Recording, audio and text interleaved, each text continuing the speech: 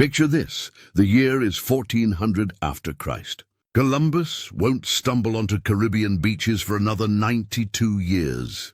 Europeans still argue whether the world is flat or round, and most believe monsters lurk beyond the edges of their maps. But far from those European debates, in the vast wilderness of what we now call the American Southwest, something remarkable is happening. A people calling themselves the Ande are moving south from the northern mountains into landscapes so harsh they would kill most humans within days. These are the people the Spanish will later name Apache, though they won't meet them for another century and a half. And when that meeting finally comes, it will reshape the history of an entire continent. The Apache aren't just wandering into this desert wasteland hoping to survive. They're coming home. These warriors possess something more valuable than Spanish gold or European steel. They carry generations of inherited wisdom about how to read this unforgiving land. They know where hidden springs bubble beneath seemingly barren rocks. They understand which cactus fruits can sustain a warrior for days, which roots provide water in emergencies, how to track deer across stone surfaces that leave no prints to untrained eyes. Think about that for a moment. While European navigators are still getting lost trying to find India, Apache hunters are following animal trails across terrain so challenging that modern survival experts would consider it a death sentence. This isn't luck or accident. This is centuries of accumulated knowledge passed down through countless generations, encoded in songs and stories and ceremony. The Apache organize themselves into bands with names that sing of their relationship to this harsh landscape. The Chiricahua control the mountain strongholds, their name meaning mountain people. The Mescalero claim the mescal harvest grounds, their entire identity tied to those spiky agave plants that provide food, fiber, and medicine. The Jicarilla, the little basket people, master the art of weaving containers so tightly woven they can hold water without a drop leaking through. But here's what makes the Apache truly revolutionary for their time. They don't control these vast territories through fortifications or permanent settlements. They control them through superior knowledge and lightning mobility. Each band claims areas larger than many European kingdoms, not by building castles but by knowing every hidden trail, every seasonal water source, every cave that could shelter families from desert storms. Now, when Spanish conquistadors first penetrate these lands in 1540, gleaming in armor that's already becoming obsolete back in Europe, they encounter something that confounds every military manual they've ever studied. The Apache have already mastered the horse. Let that sink in. These Spanish soldiers arrive expecting to overawe natives with superior mounted warfare, only to discover that Apache boys learn to ride before they can properly walk. Apache children sleep on horseback during long migrations. They eat while riding, shoot arrows at full gallop with accuracy that would make medieval knights weep with envy. The Spanish brought horses to the New World as weapons of conquest, but the Apache transformed them into extensions of their own bodies. A mounted Apache warrior becomes something new in human warfare, a centaur of the desert, appearing from nowhere, striking with devastating precision, then vanishing into landscapes that swallow entire armies.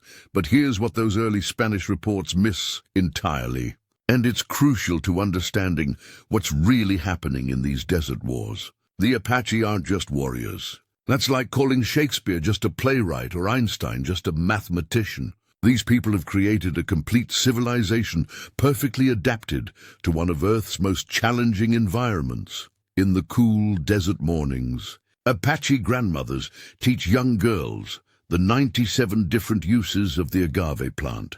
97: food, medicine, fiber for rope and clothing, needles for sewing, soap from the roots, alcohol from the fermented hearts. European settlers are still figuring out which New World plants won't kill them, while Apache women have spent centuries developing encyclopedic knowledge of desert botany. Meanwhile, Apache fathers show their sons how to read weather patterns in the flight of eagles, how to manufacture arrow points that can pierce Spanish chainmail, how to move through enemy territory, leaving fewer tracks than a shadow. This isn't primitive survival, this is sophisticated, scientific knowledge accumulated over centuries and refined through constant testing against one of nature's harshest laboratories.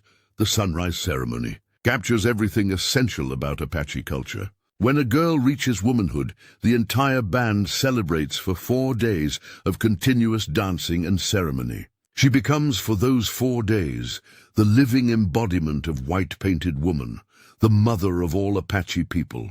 The whole community invests enormous resources, food, time, energy, sacred objects, in celebrating one girl's passage to adulthood. Think about what this means. In most societies, only royalty receive this kind of elaborate celebration.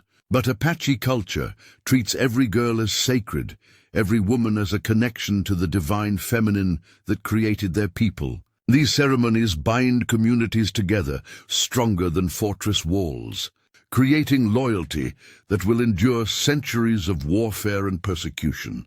By 1700, the Apache have perfected something that European political theorists are just beginning to understand: a complex economy based on calculated raiding and strategic trading that keeps all their enemies off balance while maintaining careful power equilibriums. They raid Spanish settlements for horses, trade those horses to French traders for guns, use those guns to raid Mexican ranches for cattle, then trade that cattle back to different Spanish settlements for metal tools and cloth. This circular economy makes them wealthy by desert standards while preventing any single European power from gaining decisive advantage in their territory. It's economic warfare at its most sophisticated, using your enemy's resources against each other while maintaining your own independence.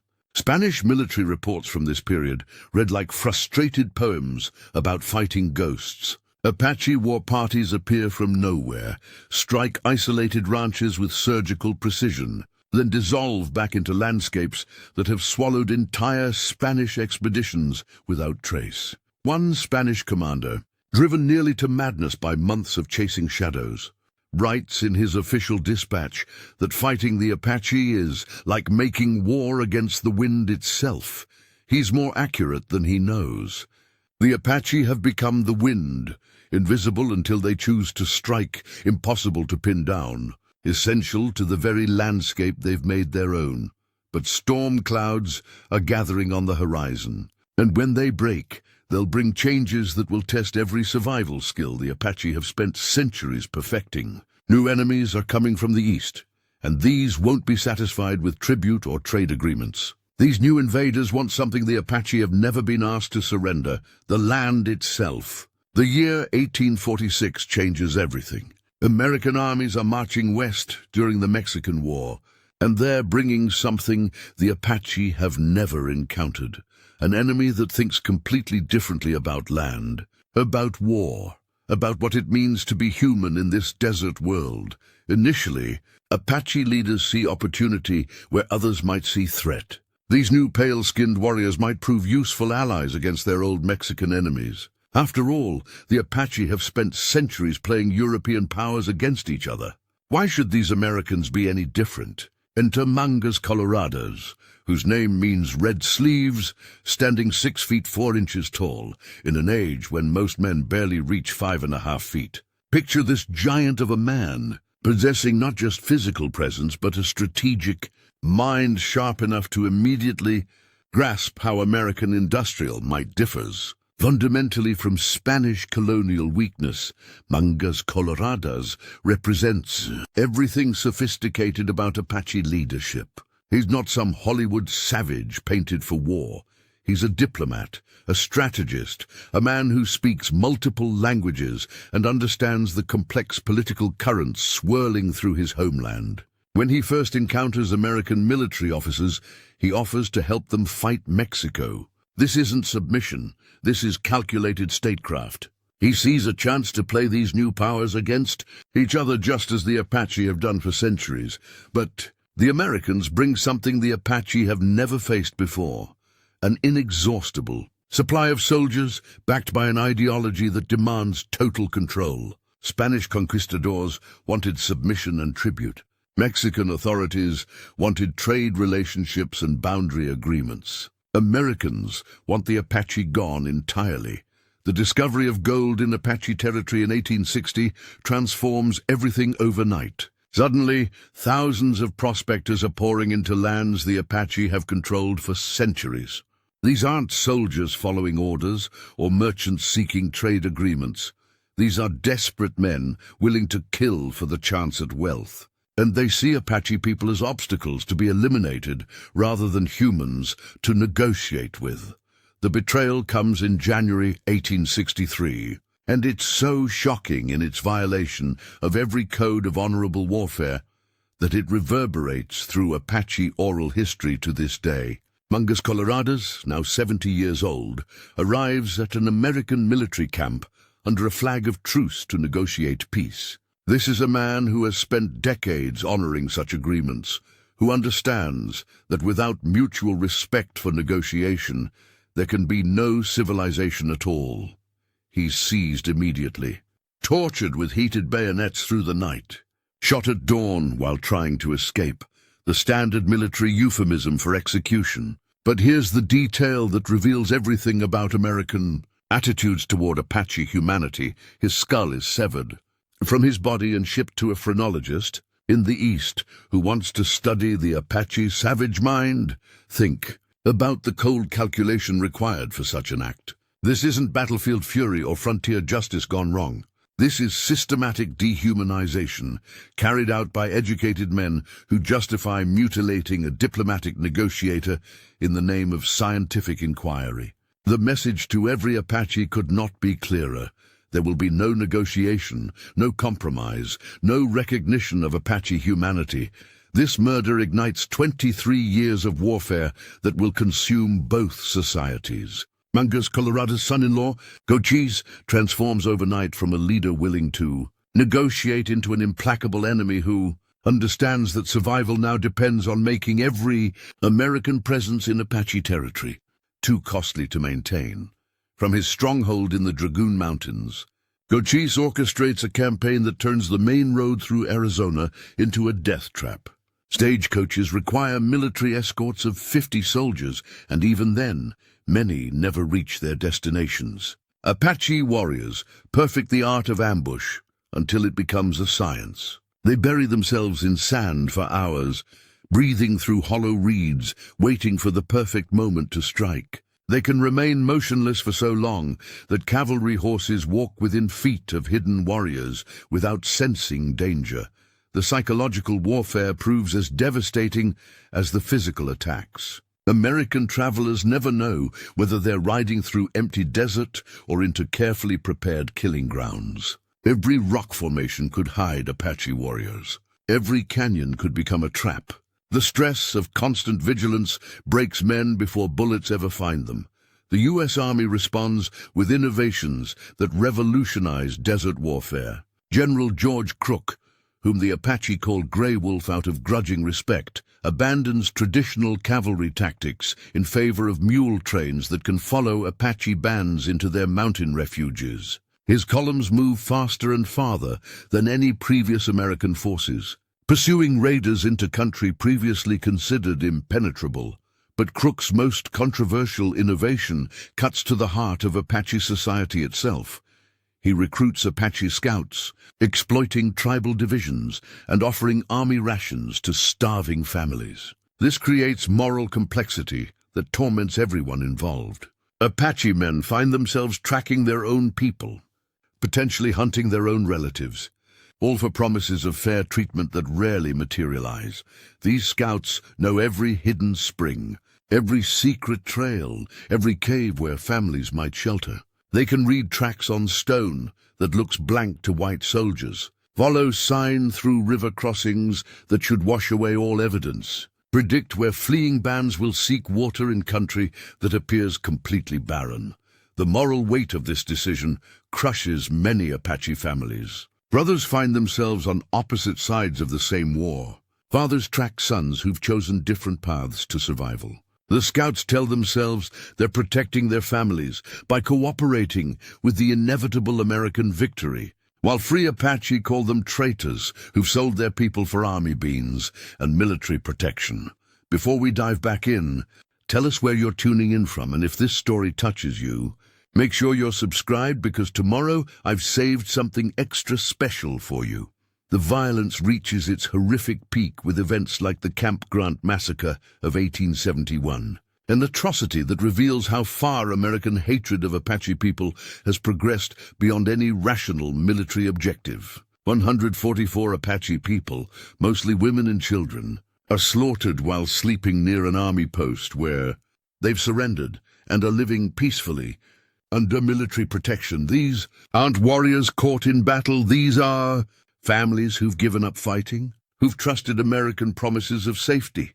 The attackers include Americans, Mexicans, and rival Native Americans, united only in their desire to eliminate Apache people entirely. 29 children are captured and sold into slavery in Mexico. Their fates unknown to this day. Such massacres convince many Apache that no peace with Americans is possible, that their only choice is to fight until the last warrior falls. Yet paradoxically, it's often during the darkest moments of this warfare that unexpected humanity emerges from the most unlikely places. Individual soldiers begin making choices that their commanders never ordered, their government never sanctioned, their society barely understands. The war has become something neither side intended, a struggle not just for territory or resources, but for the very definition of what it means to be human in this harsh landscape. And in that struggle, some of the most profound moments of mercy will emerge from the least expected places, proving that even in humanity's darkest conflicts, individual choices of compassion can echo across centuries. Winter of 1875. Sergeant James Bennett of the 6th Cavalry makes a decision that could end his military career, destroy his pension, and land him in a military prison. His unit is pursuing an Apache raiding party through the Chiricahua Mountains when they discover something that stops them cold. An Apache family hiding in a cave, barely clinging to life. Picture this scene: an elderly grandmother, a young mother, and 3 children, the youngest barely able to walk. These aren't the fierce warriors from military reports. The children's ribs show through their skin like barrel staves. They've been surviving on grass seeds and cactus pads for weeks, slowly starving in country that once provided everything they needed.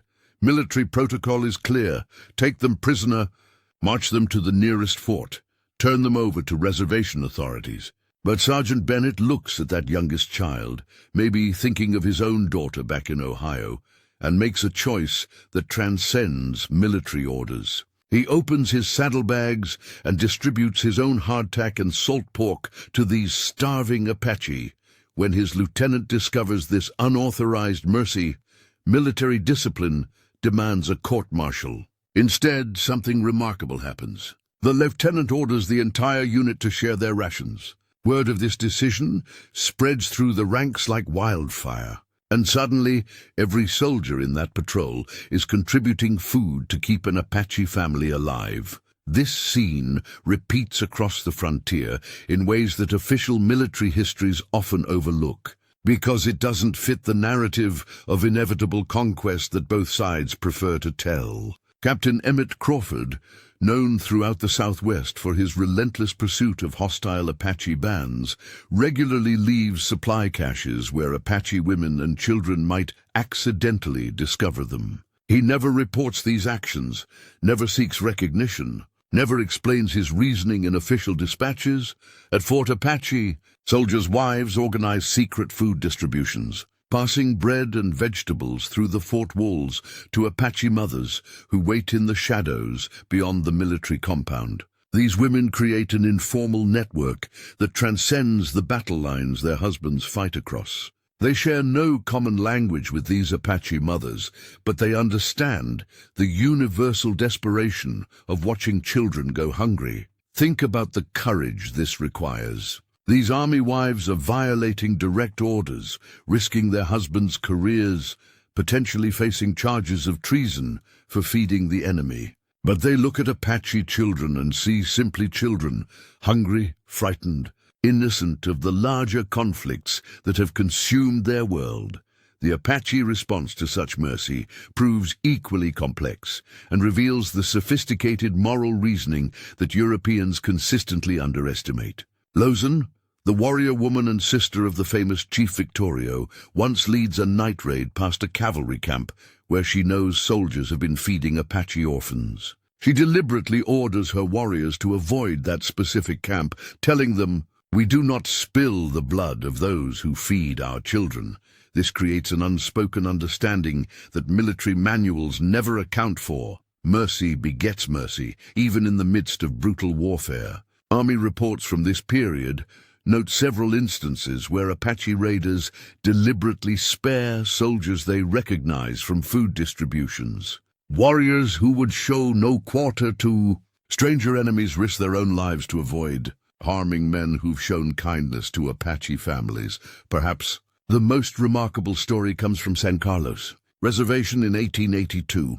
Lieutenant Charles Gatewood discovers Apache children dying from measles, a European disease their bodies have no resistance to. Against direct orders that forbid using Army medical supplies on reservation Indians, he works through the night, treating Apache families with military medicine, Apache mothers. Initially suspicious of white medicine that might be another form of warfare, watch this tall, a thin officer they call Bay Chendason, Long Nose, exhaust himself trying to save their children. He doesn't speak their language, they don't speak his, but they understand his desperate efforts to keep Apache children breathing.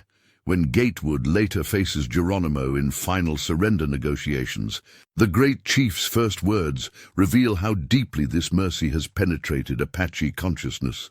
"You are the one who saved the children at San Carlos." Years of warfare, hundreds of battles, countless grievances, and what Geronimo remembers is not military defeats but one American officer's choice to value Apache children's lives above military regulations. These acts of humanity create profound moral conflicts within both communities that challenge everything each side believes about the other. Apache warriors struggle to maintain their rage against enemies who sometimes show such unexpected kindness. How do you sustain hatred for people who risk their own safety to feed your children? American soldiers find themselves questioning policies that aim to destroy people whose children play games remarkably similar to those of their own sons and daughters back home. These Apache youngsters laugh when they fall down, cry when they're hungry, run to their mothers for comfort, exactly like white children thousands of miles away. The children themselves become bridges between worlds that official policy insists must remain forever separate. Apache youngsters learn English words from lonely soldiers who miss their own families. They teach these homesick men Apache games in return, creating brief moments of peace in landscapes consumed by unrelenting conflict. Picture a cavalry camp at sunset, soldiers exhausted from another day of futile pursuit. Apache children creeping close to the firelight because they know certain soldiers will share their supper. Language barriers dissolve in the universal communication of play. Soldiers showing Apache boys how to whittle wooden horses. Apache girls teaching soldiers, daughters, the intricate finger games that have entertained Apache children for generations. These moments reveal the fundamental tragedy of this conflict.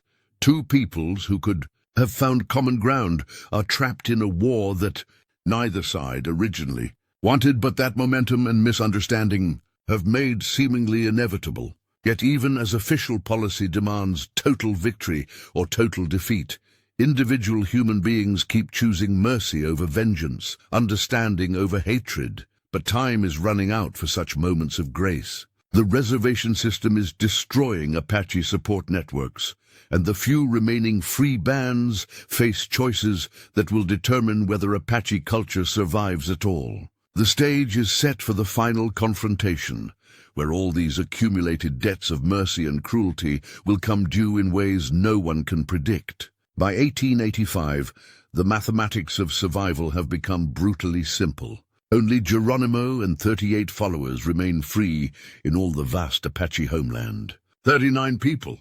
Yet these few Apache tie down 5,000 American soldiers and 500 Apache scouts in the largest manhunt in American military history. Think about those numbers for a moment. The United States is deploying more military resources to capture 39 Apache than most European nations possess in their entire armies. This isn't just about catching raiders anymore.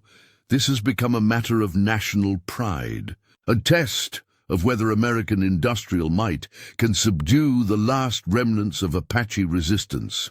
Geronimo himself embodies the transformation that centuries of warfare have wrought on Apache leadership. His Apache name, Goyakla, means one who yawns, hardly the fearsome title you'd expect for America's most wanted man. He began life as a medicine man, a healer, a spiritual leader who guided his people through ceremony and ritual. But Mexican soldiers murdered his mother, wife, and 3 children in 1851, and that loss transformed a peaceful holy man into the most feared warrior in the Southwest. Now in his 60s, Geronimo leads his tiny band on an 18-month chase that covers over 25,000 miles across 2 nations. To put that in perspective, that's roughly equivalent to traveling from New York to Los Angeles and back 5 times. Except they're doing it on foot and horseback through some of the most challenging terrain on Earth. Pursued by armies that outnumber them more than 100 to 1. The pursuit becomes a masterclass in the contrast between Apache genius and American persistence. Geronimo's band raids a ranch in Arizona, then appears 200 miles away in Mexico within days, moving through deserts that army maps mark as impassable. They survive on handfuls of mesquite beans per day, while pursuing soldiers require massive supply trains hauling tons of food, water, and equipment. Apache mothers teach their babies born during this desperate flight to remain silent even as infants. Crying could mean death for the entire band. Children learn to sleep while walking, to find water by watching bird flight patterns, to distinguish between the hoofbeats of cavalry horses and those of wild mustangs from miles away. This isn't primitive survival anymore. This is the final flowering of Apache knowledge, concentrated and refined by desperation into something approaching the supernatural. Yet for all their skill, the Apache cannot escape the fundamental mathematics of industrial warfare. The reservation system has destroyed their support network. There are no friendly camps to resupply from, no extended family groups to hide among, no traditional seasonal rounds to provide food and shelter. Constant running means no time to properly prepare traditional foods. No opportunity to conduct the ceremonies that maintain spiritual balance. No chance to pass knowledge to the next generation in the careful, methodical way Apache culture requires.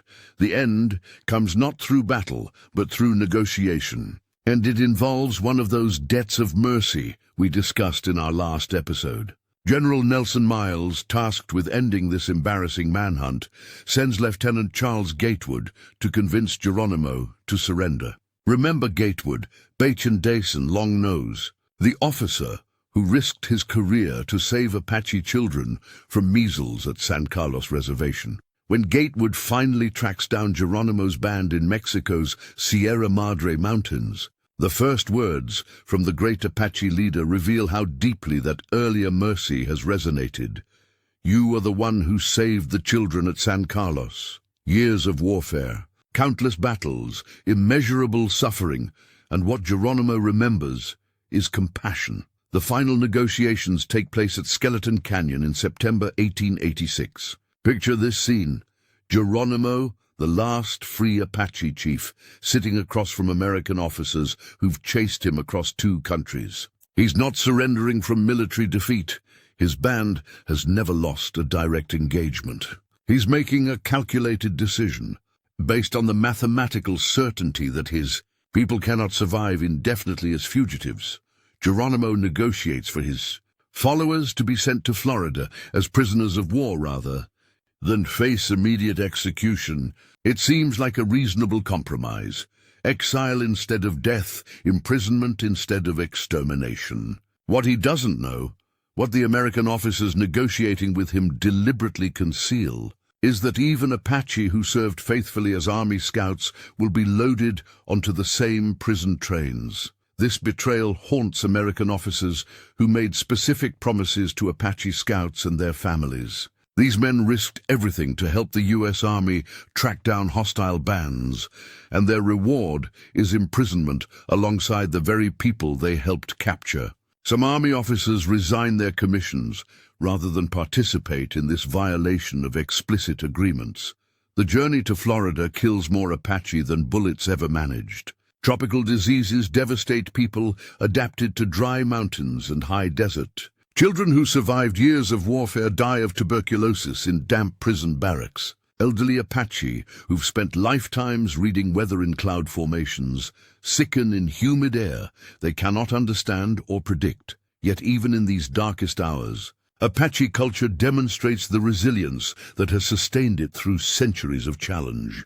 Mothers whisper the old stories to children born in captivity, ensuring that sacred narratives survive even when the sacred places they describe remain thousands of miles away. Men carve traditional items to sell to tourists, encoding spiritual symbols in seemingly decorative patterns that preserve religious knowledge in plain sight. The sunrise ceremony continues in secret, conducted in prison camp barracks rather than mountain meadows. Young Apache women still become white-painted women for 4 days, still connect with the divine feminine that created their people, still receive the blessings that transform girls into women, capable of preserving Apache culture for future generations. After 27 years of imprisonment, longer than many people live entire lives, the surviving Apache are finally allowed to return west, though never to their original homeland. They settle on reservations in Oklahoma and New Mexico,